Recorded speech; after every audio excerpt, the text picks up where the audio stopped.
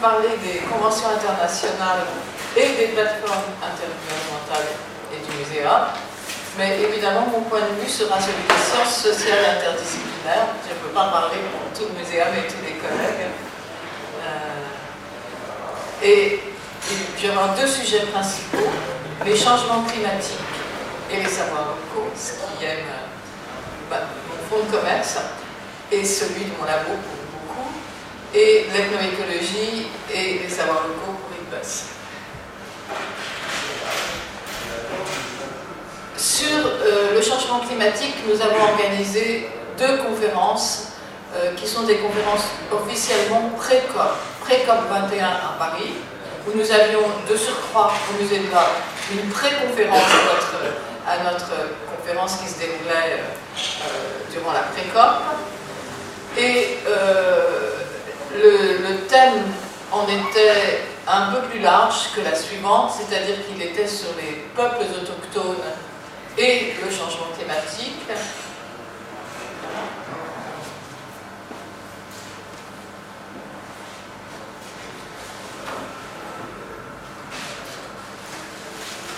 En voilà le programme et les résumés. Et la deuxième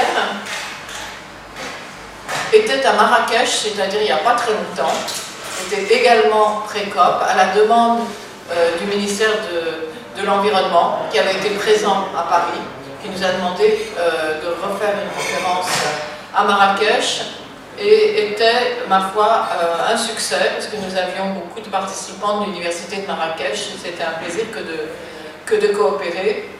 Elle était plus centrée que la première, qui donnait largement sa place aux chercheurs, aux gouvernementaux, aux ONG et aux peuples autochtones. Elle était en particulier centrée sur deux programmes en cours, dont l'un, l'Arctique, était le mien et l'autre était celui d'UNESCO, et les deux sur les pasteurs, les éleveurs et le changement climatique. Donc d'un côté en Afrique principalement, et de l'autre dans l'Arctique. Ce que nous essayons d'établir lors de ces conférences, c'est un j'ai oublié, oui, la première était tout particulièrement associée au Muséum à Paris, et la deuxième au CNRS, puisque nous sommes une UMR CNRS Muséum. C'est un dialogue transdisciplinaire qui permet à la fois de mettre en avant les savoirs des peuples locaux et autochtones, mais également en établissant une conférence pré-COP, de pouvoir dialoguer avec les politiques qui vont avoir des décisions à prendre, de les informer en quelque sorte, et de pouvoir dialoguer avec eux, de pouvoir que ce soit une rencontre fructueuse, avec également les chercheurs interdisciplinaires, majoritairement en sciences sociales orientées vers l'écologie et la climatologie, et évidemment les peuples autochtones. Des questions majeures, observer et comprendre, mais aussi adapter les modes de vie traditionnels et aussi les mesures d'atténuation qui parfois sont pires que le changement lui-même. Et en général, quand on parle du changement climatique aujourd'hui, surtout quand on parle des populations locales, on parle aussi des changements globaux, puisqu'ils s'additionnent.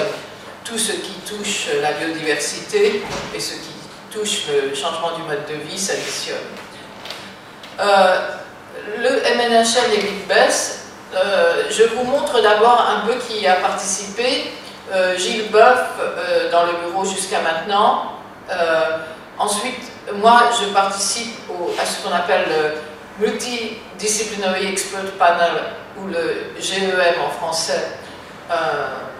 Et je représente donc le Muséum. Quoi qu'on est dans ces programmes internationaux, on représente soi-même en tant qu'expert, mais évidemment c'est aussi la présence d'une institution. Les groupes, il y a des groupes d'experts, alors j'interviens moi aussi à ce niveau-là, c'est-à-dire qu'on a un groupe d'experts tout particulier qui travaille sur les savoirs locaux.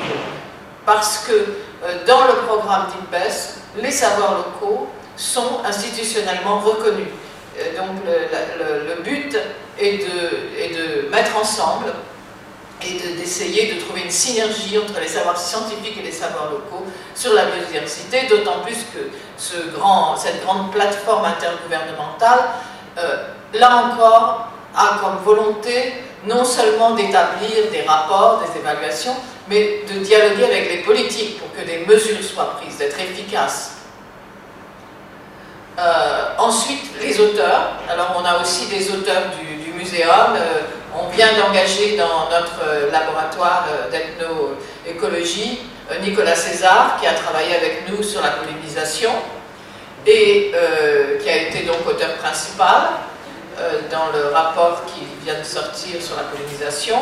Et puis sur les évaluations régionales, on a aussi Marie-Christine Cormier-Salem, Laurent Frère, qui ont participé, et dans les groupes ad hoc également, je participe. Donc ça, c'est pour vous montrer l'organisation en quelque sorte hiérarchique du programme de l'IPBES.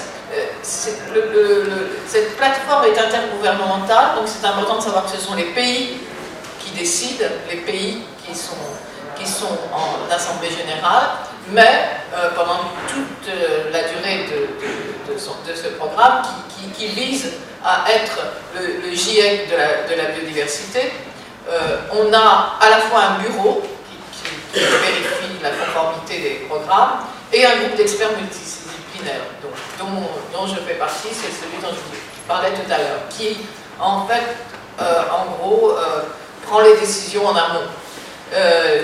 Choisit les auteurs, discute sur les évaluations, etc. Le secrétariat et des groupes d'experts qui écrivent donc, qui sont proposés par les États et des équipes spéciales sur des sujets. Comme je vous le disais, l'IPBES a pour but de mener des évaluations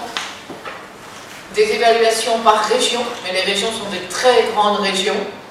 Par exemple, l'Europe et l'Asie centrale, ou toute l'Afrique, ou toutes les Amériques. Donc à chaque fois, quand vous pensez régional, vous ne pensez pas forcément à cette échelle.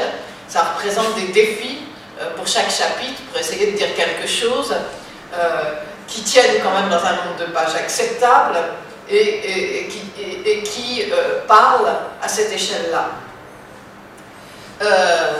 Et puis, il y a aussi des évaluations thématiques, par exemple sur la pollinisation, qui est très importante, dont le lancement a eu lieu, ou sur des sujets nouveaux.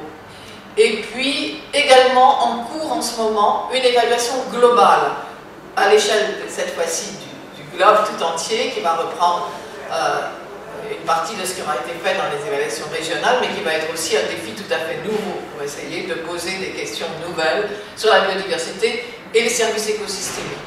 Et c'est surtout sur les services écosystémiques que la complexité est grande et que les sciences interdisciplinaires et les sciences, disons, de l'homme orientées vers la biodiversité sont très importantes, parce qu'on a toutes les questions du développement durable, on a toutes les questions de la gouvernance, on a toutes les questions de les valeurs de la biodiversité, mais les valeurs des uns, les valeurs des autres, qui ne sont pas forcément les mêmes, mais les conflits de valeurs et d'intérêts. Ensuite, évidemment, renforcer les capacités, et puis faciliter une approche de la production de nouvelles connaissances, non pas en faisant de nouveaux terrains, puisqu'on ne cite que ce qui existe déjà et qui a été publié, mais plutôt en posant des défis nouveaux, comme par exemple de faire dialoguer les savoirs locaux et les sciences, et de faire dialoguer toutes les disciplines. Là, nous avons un article que nous avons fait ensemble dans le labo, avec plusieurs chercheurs, tous du muséum, et qui a été publié dans notre revue, et qu'on a fait l'effort de publier en anglais, et qui a été quand même pas mal cité, et c'est très intéressant pour nous, qui avons l'habitude en sciences humaines de travailler évidemment très localement et publier parfois dans des revues locales. Donc, je me suis rendu compte en tant que membre de l'IPBES arriver à faire reconnaître des travaux publiés dans des revues un peu confidentielles et de surcroît très spécialisées et en plus sans mégadata, sans base de données à l'échelle du monde et même pas à l'échelle des régions, c'est extrêmement difficile. D'autant plus que même si nous travaillons et si nous avons beaucoup d'informations sur beaucoup de sujets comme la pollinisation, évidemment, nous n'intitulons pas nos articles pollinisation. Donc, ils ne vont pas être retrouvés dans les recherches Google ou autres qui sont faites. Donc, c'est vrai que c'est extrêmement important de faire partie de ces instances parce que ça permet d'orienter les jeunes chercheurs et les moins jeunes et de leur faire comprendre ce qu'il faut faire pour être entendu. Déjà que la langue, le français, qui est largement encore employé dans les sciences sociales, c'est évidemment un problème majeur parce que le monde ne lit qu'en anglais. Et ça, c'est bien dommage, mais c'est un fait. Ensuite, si nous faisons des travaux comme ça, en rapprochant quelqu'un qui travaille en Égypte, en Afrique du Nord, de quelqu'un qui travaille en Indonésie, et que nous montrons les caractères communs et les caractères différentiels, nous avançons dans la diffusion de nos connaissances. Et je crois que les laboratoires ont absolument à faire cet effort. Je vous ai parlé du groupe spécial sur les savoirs locaux auquel je participe, et là, j'ai participé à celui qu'on avait fait sur la pollinisation, c'est-à-dire que nous faisons en amont, au moment où les experts sont en train d'écrire leur rapport, des réunions de dialogue où nous faisons venir des détenteurs des savoirs locaux, des scientifiques et des auteurs de futurs rapports, pour qu'ils puissent dialoguer et se poser les questions et arriver à mettre les mêmes mots sur les mêmes questions. Et nous les publions ensuite en ligne. Ils sont tous accessibles. Donc celui-là, voilà, sur la pollinisation. Et puis, bon, ça c'est par exemple, on voit que le premier a été co-signé, on ne le voit pas d'ailleurs, mais par Nicolas, que nous venons d'engager dans notre labo.